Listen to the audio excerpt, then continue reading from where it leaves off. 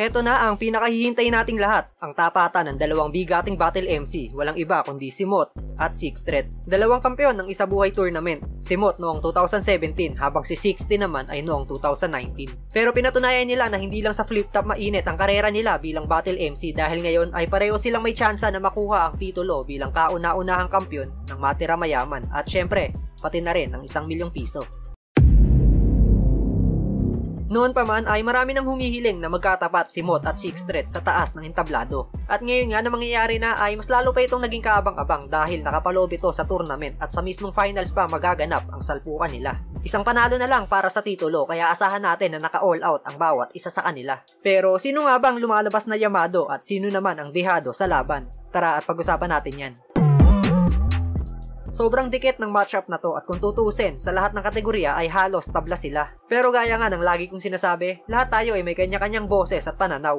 Kaya naman lahat ng maririnig nyo sa video na to ay pang sariling opinyon ko lamang at alam ko na meron din kayong sariling opinyon pagdating sa usapin na to. Pwede nyo yan i-comment sa ibaba at babasahin nating lahat yan.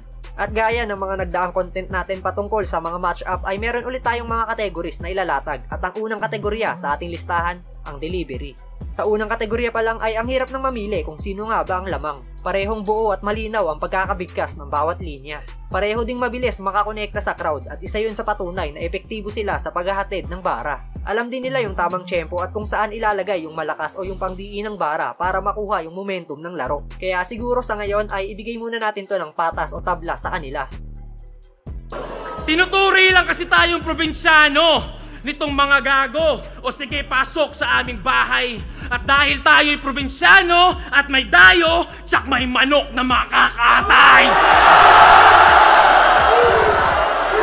Hina na daw masyado. O baka mas kailangan ko lang yabangan. Pues 15 panalo, pinakabatang kampyonato, nakabakat na sa pangalan. Kaya nga lahat kayo gusto ko matalo, pero di yun yung sapat na karangalan. Kung di nyo naman kayang tapatan o mabago yun na itatak ko sa kasaysayan.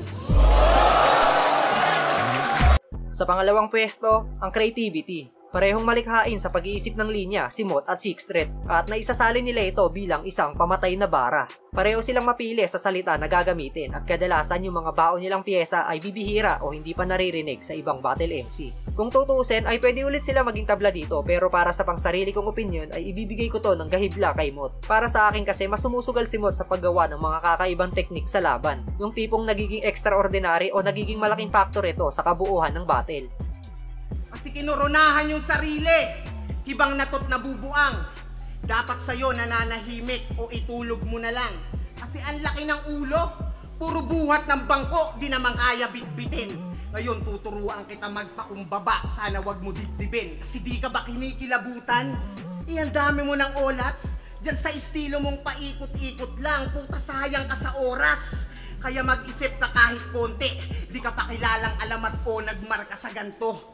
Yan ang itatak mo sa kokote, mahiya ka sa balat mo. Kasi astang malakas to, pero yung angas tumutupi. Madalas mang asar, mangunsume. Pero pag hinamon mo naman ang pisikalan, biglang bata pa ako eh.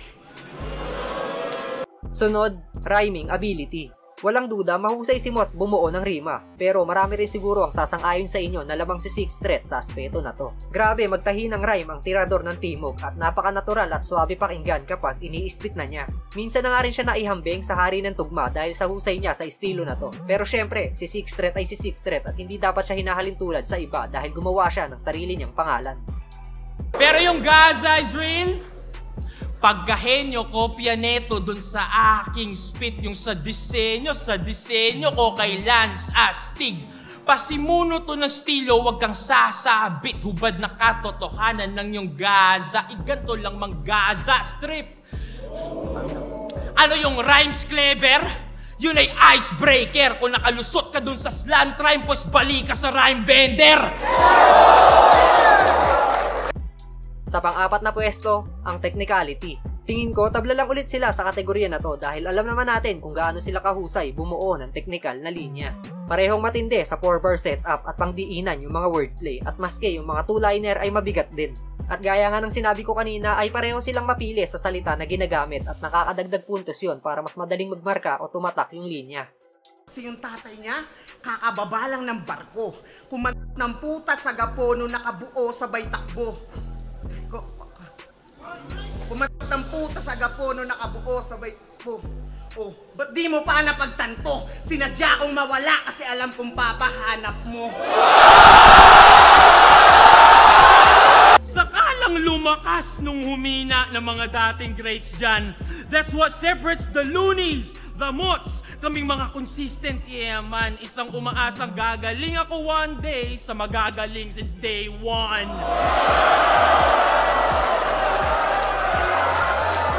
Sa pang-5 pahina, ang consistency. Karamihan siguro dito, tabla ang magiging opinion. Wala nga naman kasing nagpabaya sa kanila dahil pareho na silang nasa finals. Pero para sa akin lang at sa tingin ko yung iba sa inyo ay hindi sasang-ayon dito. Dahil nakapaloob lang sa matira mayaman yung pinag-uusapan dito ay ibibigay ko to kay Sixth Threat. Kasi nakita ko na mula umpisa ng torneo hanggang sa semifinals ay hindi bumaba kundi laging paangat yung performance na ipinapamalas niya.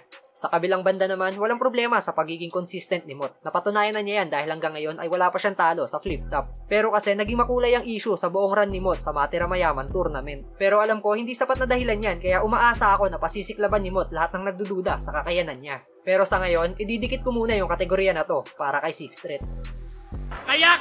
Kaya kitil ka sa akin, gago! Kahit si Phoebus pa yung amo! Kahit may assist ka palang hurado! Ang kaso, di marumi ang DDS, ikay malinis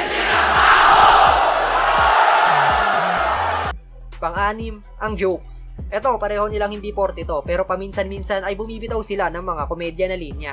Pero tingin ko mas epektibo si Mot kapag gumagawa ng mga witty jokes dahil may mga pagkakataon na kapag komedyante yung kalaban niya ay sinasabayan niya to sa mga patawa na linyahan. Pero kahit na ganon, hindi pa rin nawawala doon yung pinaka-highlight ng estilo niya. At isang advantage yun, yung makapagpamalas ka ng iba't ibang elements sa laban. Kasi tignan mo naman, napunta na sa batok lahat ng balat mo sa leeg. Mamaya habang bumabanat, pwede nyong i-check lalo pag nakatagilid. Sa likod, 2 taba yung magkapatong parang may extra siyang bibig. Kaya pala rinig na rinig kahit di mo na itodo. Sipin mo, pag tumatangu-tangu ka, yan yung nagsasalita ng oo. Hindi sila umaasa sa rebuttal pero may kakayanan silang gawin at ipamalas ito. Mahusay din magbalik ng linya si 60. Pwede nga sanang tabla sila dito pero para sa akin mas pangdiinan yung mga rebuttals ni Mot. Although yung iba doon ay pre-mid rebut pero nakakabilib pa rin yun dahil kumbaga parang ang nagbaon ng extra bala sa laban. Nakita kang demotivated nung wala kang fanbase sa Bisaya kasi ikaw yung young kid na crowd favorite pero parang di na yata. Ganyan talaga, wala ng favoritism kapag hindi ka na bata. Aware si Boss P sa issue, kaya nga nandito tayo Baka sakaling bumalik yung gigil pag may kababayang umalalay. Humina na daw ako. Yun nga rin yung pansin ng mga tao. Sa gitna ng battle rap na may metang pabago-bago. Yung dating batang hindi mapigil, yung gutom daw biglang naglaho. Yun nga nag-alis na ako ng gigil, ba't hindi pa rin matalo?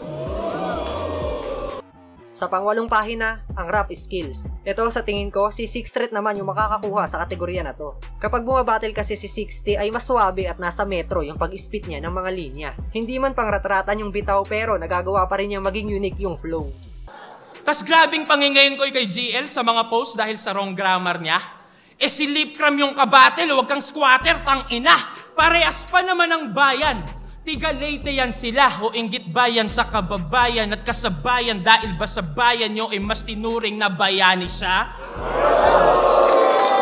Are mag, 13-1 na ako. Kung susumahin lahat sa aking standing Brad, inahamon mo pa yung black, isa tirador lang nga, nasa baba ka pa ng ranking, ipano pa kaya sa may mga ayer rank?